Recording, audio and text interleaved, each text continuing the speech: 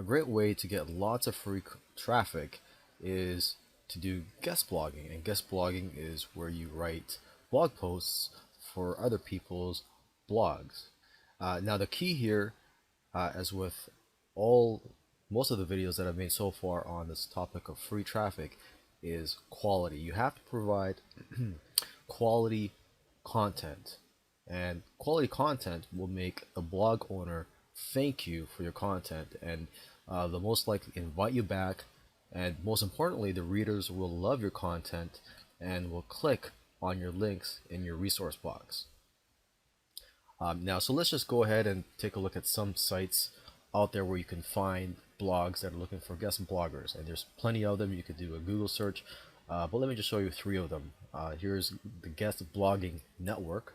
Just go to guestbloggingnetwork.com. There's bloggerlinkup.com, and there's blogsynergy.com. Now, you can also approach popular blogs that may not be in any of these networks. You can approach them directly and offer them your content.